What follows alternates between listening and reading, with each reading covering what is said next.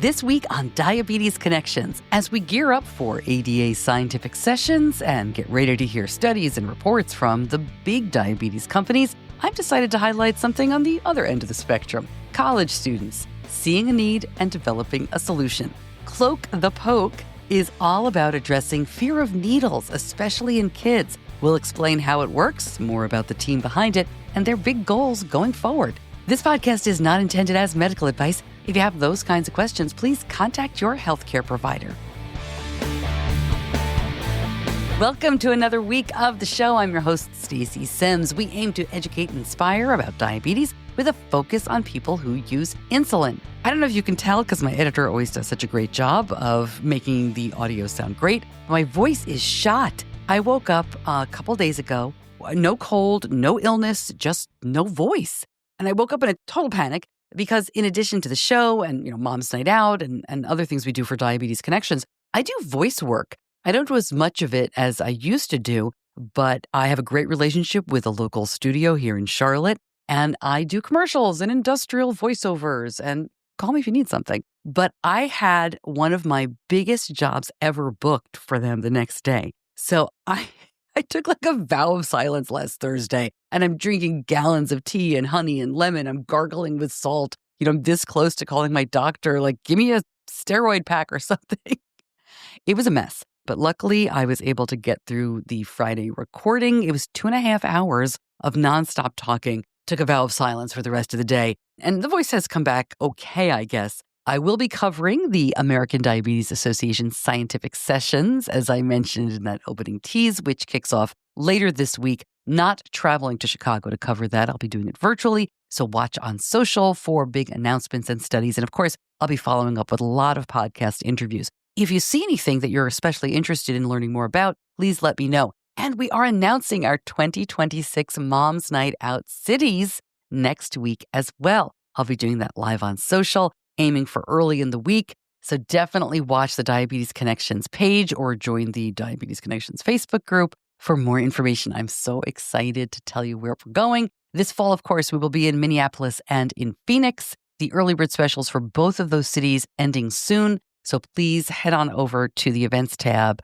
on diabetesconnections.com and learn more. Okay, this week's guest reminded me of the kids behind Jerry the Bear way back when. I spoke to Aaron Horowitz and Hannah Chung in 2015. They co-founded the company Sproutel. They created Jerry the Bear, an interactive toy for kids with type 1, and that wound up merging with Rufus the Bear from JDRF. But the company, Sproutel, evolved into Empath Labs. Aaron is still the CEO, and they say they are experts in pediatric engagement. I'm going to link up our old episodes with them, and I'll put a link as well to Empath so you can see what they're up to now. But Cloak the Poke is another project started by college students, and this is all about making shots less scary. My guests are Rabia Sidhu and Julia Ungrianu. This isn't specifically about diabetes. None of the creators have type 1, but they will explain they saw a need and a way to try to make things better. Our conversation right after this.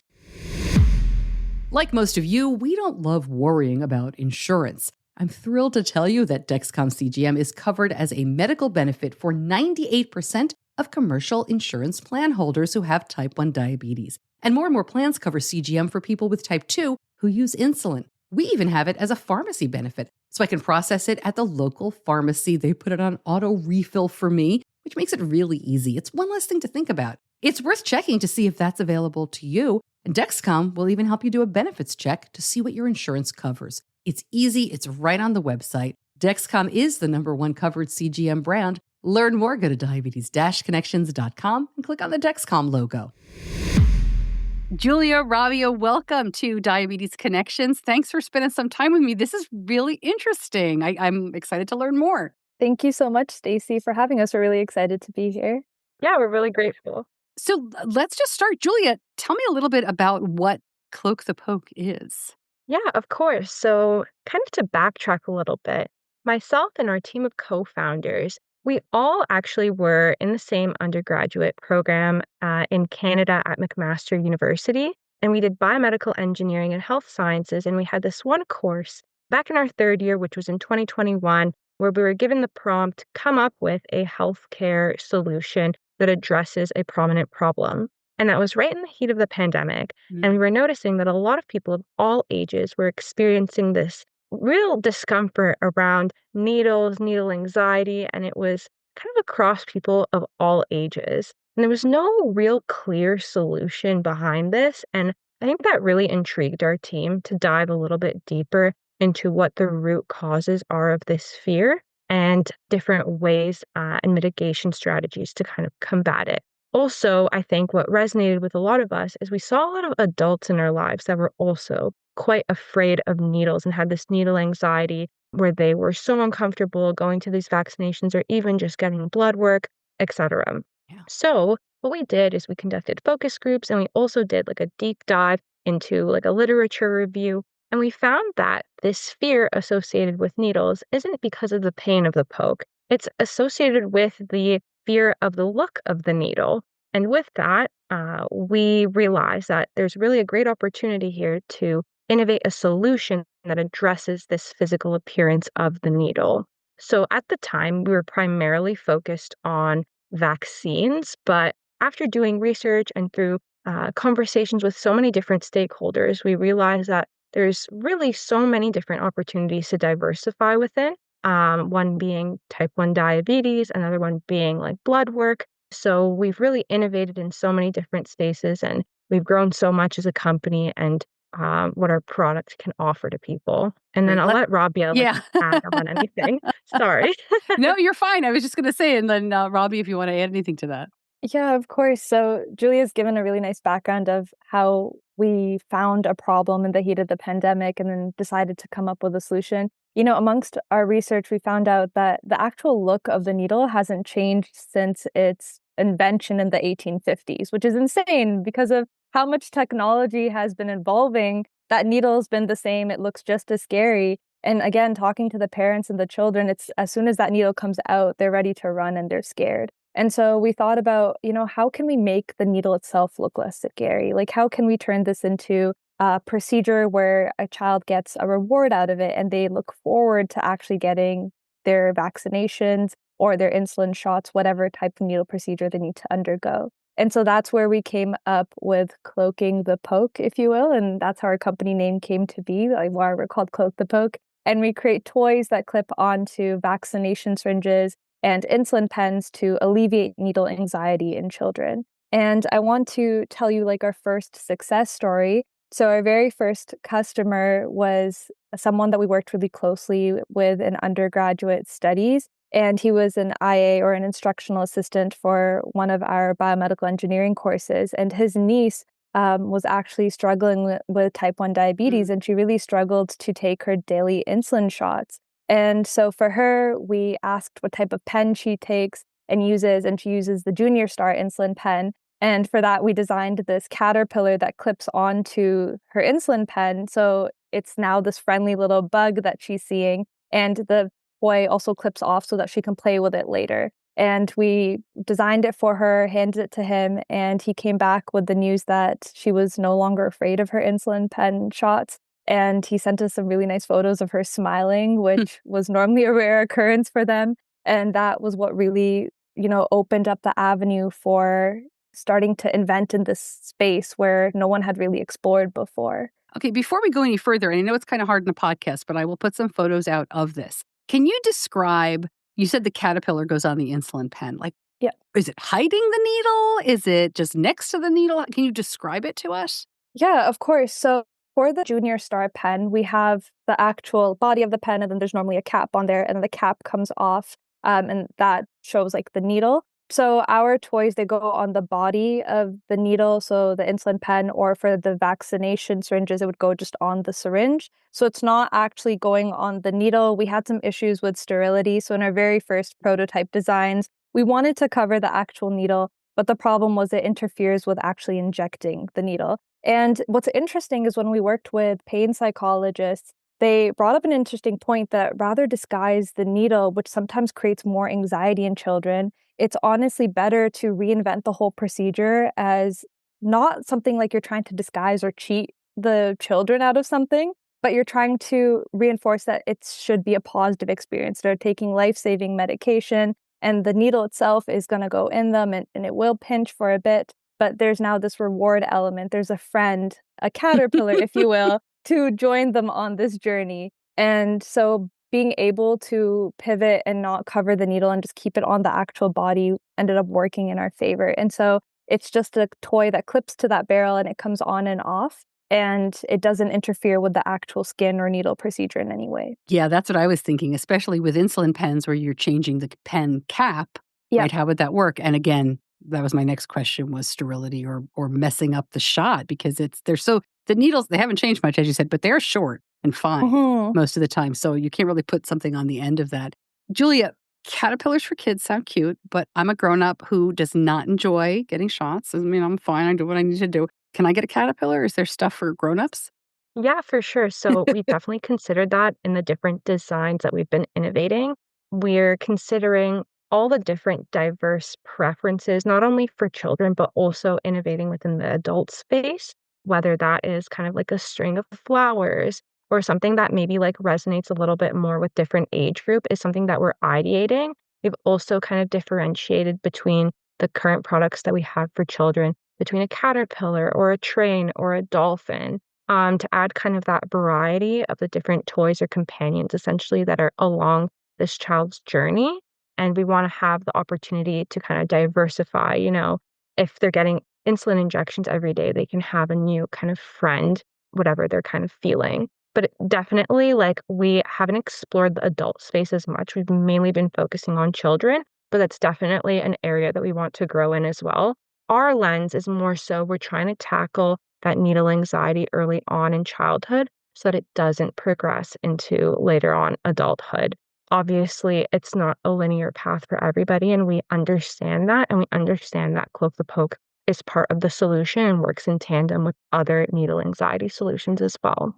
That's great. Yeah, I mean, I don't have needle anxiety. I'm just, normal nervous. But boy, wouldn't it be fun to bring like a little train when I go get my flu shot next year? Give it to the guy at CVS and be like, put this on the barrel of the syringe. I love it. Are you all still in classes together? You said this started during the pandemic. Yeah, so we started this when we were all in undergraduate studies. So there's 4 co-founders, and we were all doing the Integrated Biomedical Engineering and Health Sciences program at McMaster University. And since then, we've graduated from our bachelor's degree, and we've all moved on to different postgraduate studies. So Julia, she's currently doing her master's business administration at McMaster. And I'm starting medical school at McMaster in August. And Fatima, our other co-founder, she's currently enrolled in medical school at the University of Toronto. And then our final co-founder, she's doing her master's of bioengineering at McMaster. Is this a product that's out in the world yet? I know you said 1 or 2 people have tried it. Can people get it? So right now we're actually validating the exact effectiveness of the product because especially like innovating in a space like this, it's important to establish trust and valid results. So right now we're entering clinical trials actually with McMaster Children's Hospital to actually test this out in the endocrinology department. And so we're going to be conducting surveys for diverse stakeholders, for like clinicians, for the parents, and also for kids to really just get their insights before, or what their experiences are like before using Cloak the Poke, and then what they're like after using Cloak the Poke. And we're really hoping to validate this so that we can kind of scale up and enter in opportunities for like hospital procurement, and also expand kind of within the McMaster Hospital itself. Do either one of you have a needle phobia? Yeah, so I faint like every single time I get a needle and I need like a stress ball. I need to look away. I need to be engaged in conversation with the nurse that's kind of like either like taking blood or giving me an injection, but I get quite anxious. And if I had something to distract me, really like anything works well for me. And I definitely resonated when we were ideating this idea because I remember going to the doctor's office and the only thing on my mind was the sticker that I was going to get at the end of the appointment. And really, we're trying to take these experiences and learnings from our childhood and try to integrate that into kind of our designs for the product as well. Rabia, how about you? I must say I don't have as much of a needle phobia as Julia does, but needles do make me a little anxious. It's gotten better over time. I regularly donate blood with my dad, so having that shared experience as something positive to look forward to has really mitigated the discomfort that comes with needles. But I can definitely empathize with children who've had negative experiences or their life changes in a matter of seconds when they find out they're diagnosed with diabetes. And now suddenly they're having multiple shots a day and they're very anxious. They don't know what's going on. And so while my own needle anxiety is not as bad, empathizing with a vulnerable group who's underserved in this problem is what really drives me to tackle this problem. Yeah. It's interesting. My son was diagnosed with type 1 when he was 2 and he's now 20. And when he was a teenager, he uses an insulin pump, but he started taking a daily shot in addition. And I just was complimenting him one day. I was like, oh, you're so good at this. I'm so impressed. Like, way to go, trying to give him a compliment. And it was just hard when he was 14 and rolling his eyes at me. Yeah. And he said, it's funny. My body, you'd think I get used to it, but my body, every single time, my brain is saying, do not do that. Do not do that to your body. It's like this brain, because it's protecting itself, right? Don't stab me with a sharp object. And he said he did this shot for, I think, 3 years. And he said it never got better. He wasn't terrified of it and he did it, but he said that little voice never went away. Is that something that you've come across in your research? Right back to our conversation. But first, Diabetes Connections is brought to you by Omnipod. At one of our recent Moms Night Out events, the Omnipod team was on site asking moms about their experience with the Omnipod 5 automated insulin delivery system. It was so much fun, and it was great to hear what the moms have to say. Here's what Angela, mom to Dominic, told us. My son is 10 years old, and he uses an Omnipod 5. It's the only pump he has used since he was diagnosed. It's been a life-changing piece of equipment for him to have. And he's a competitive swimmer. He is able to keep it on in the pool, and we don't have to worry about disconnecting. So we absolutely love Omnipod, and it has really just made a big difference in his life. Want to try Omnipod 5 for yourself? Request a free Omnipod 5 starter kit today by visiting omnipod.com/diabetesconnections. Terms and conditions apply. Eligibility may vary.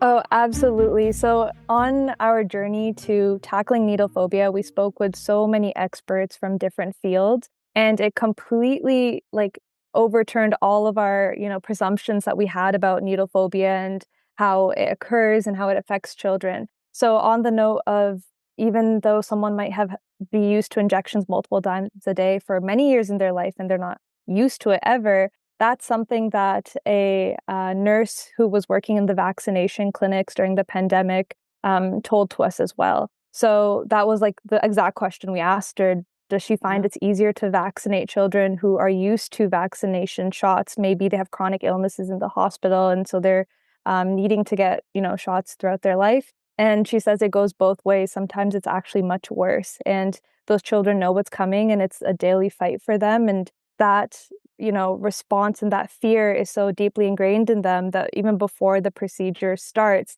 just coming up to it, that buildup is what makes it really hard for them. Their muscles tense. And once your muscles tense, sometimes you can't even administer the shot. It's causing excess pain. And then, of course, since it's a spectrum, you have the other kids who are pros and they're used to it and it becomes a positive experience for them because they're used to having so many shots. And so it's very nuanced. A lot of it has to do with that first initial experience as well. Yeah. So that first impression that you have in the hospital is really important. And that's where we're really trying to integrate this product. It's for newly diagnosed children with diabetes so that that first shot they have can be given to them as an experience that's not something they need to run from, but something that, they understand is a life-saving treatment for them. What is your wildest dream for this? It's so much fun to be in on the start of something and talk to you all now. But Julia, where do you hope this goes? I think our kind of dream is to kind of get Cloak the Pokes in a doctor's office where a kid can just pick whichever one they want and go into, whatever appointment they have that requires some sort of needle administration with confidence. Really, that's what we're aiming for. We're aiming to tackle that fear, that tense feeling, going into an appointment where it's going to be uncomfortable, and instead transforming it into something where the healthcare experience is kind of appreciated a little bit more for what the outcomes are. This is an experience and a journey that we're all in together. And we have these different tools and strategies that are all here to kind of help and assist to make these uncomfortable experiences better. And also for the fact that needle anxiety is normal and we can take ownership of it and really conquer it as well. Well, something I really think about when I think of needle anxiety in general is throughout our research, we learned that 63% of children globally struggle with needle anxiety, and that's a really big number. So if I had to say it simply, I just want to bring that number down because as much as our medical advancements and technologies have progressed, that number is still very high and it doesn't need to be. And in the market, there really is a gap in products targeting that physical appearance of the needle as a pain point. And as Julia mentioned, we know that needle anxiety is very nuanced. For some people, that physical pain is the issue. But we have some solutions for that. We have numbing creams. We have somatosensory devices, which are devices that just kind of stimulate the skin to hide the actual pain of the poke. But there's nothing on the market that's tackling that physical appearance of the needle as a pain point. And we know that reinventing, a negatively looking object can have success. Speaking to a child life specialist at McMaster Children's Hospital, we learned that one of the insulin pens a long time ago that they used had these 4 skins that they could choose from. And just choosing the skins made a huge difference to some of the children because they had a choice. And that's what was really important. In a procedure where they feel like they need to sit there and they have to take this shot, choice is really important, and we don't see that anywhere. So my goal at least, and I think the rest of the co-founders echo this, is being able to give children a choice, a happy one where they normally don't have one on the market, and bringing that statistic of 63% of children being afraid of needles down to 0 if we can. Robbie, what kind of medicine are you going to study? Well, I have no idea. I want to say I'd like to go into pediatrics, but every time I talk about it, people say I'm going to change my mind throughout medical school. Not because children aren't, fun to work with, nothing like that, but there's just so much out there and you don't know until you're exposed to it. But I will say the child life specialists we've been working with, the endocrinologists, they've just been such amazing mentors that it really inspires me to want to go into that field as well. And working with kids just puts a smile on my face all the time. So right now I want to say pediatrics, but we'll see in a couple of years where that goes. Fair enough. So before I let you go, I know that, you all don't live with diabetes. This wasn't developed as just a type 1 product, but this is a type 1 mostly audience. Are you looking for help? Do you need or want anything from this community? I think right now what we're really looking for is at Mac Children's Hospital, we want to get in touch with parents who are dealing with type 1 diabetes or have children who have type 1 diabetes so that we can get some input when it comes to product design, things like that. And also what kind of designs they would like the most. In terms of like a large audience, because it's not quite ready for mass delivery, but sending out like samples and things like that in the future for parents to use and give their testimonials about, have pictures of their kids using it would be amazing because it would just show other parents that something like this exists. And if it could help even one child, that would really help us as well. And just to even add on that, I feel like you painted that perfectly, Rabia. It's really an iterative process too. We want to work together with our different stakeholders to make sure that the product isn't only comfortable for parents using it, but also for children, also for any clinicians as well. Really we want this product to be designed as effectively as possible for people too. And in order to do that, we have to be constantly communicating and receiving feedback so that we're giving people what they want as well. The kids have input on what kind of designs they like because we've heard many different ones, but it's also from the parents. And if the kids themselves can say, we're working on a fire truck, a unicorn, a bumblebee. But if there's other designs out there that children are really drawn to, we would love to add that to the current designs we're working on. Wonderful. I will definitely send you suggestions. And as you move forward, when you're ready and you need us, please let me know. And we'll definitely, I'm sure people would really be happy to help. Julia and Rabia, thank you so much for joining me. I wish you the best. This is fantastic. I love to see this kind of stuff being worked on. I wish I had it when my 23-month-old was diagnosed. So thank you so much for coming on the show. Yeah, of course. Thank you so much, Stacey, for having us. It was really wonderful being able to talk to you and connect with your community. And it just helps remind us why we're in this line of work in the first place. So thank you so much for having us here. Yeah, thank you very much. This was a great opportunity. And yeah, we look forward to keeping in touch too.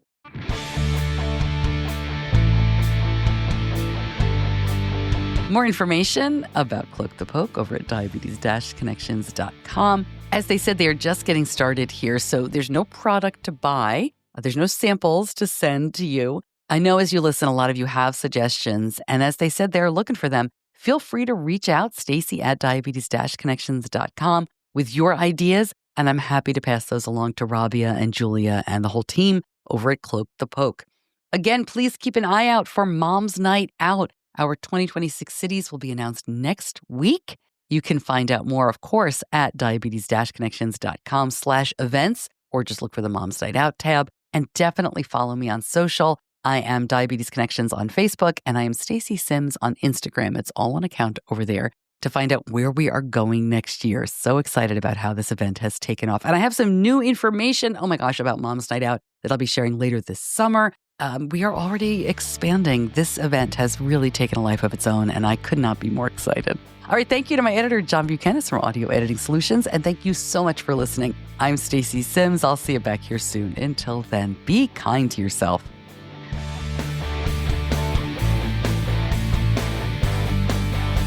Diabetes Connections is a production of Stacey Sims Media. All rights reserved, all wrongs avenged.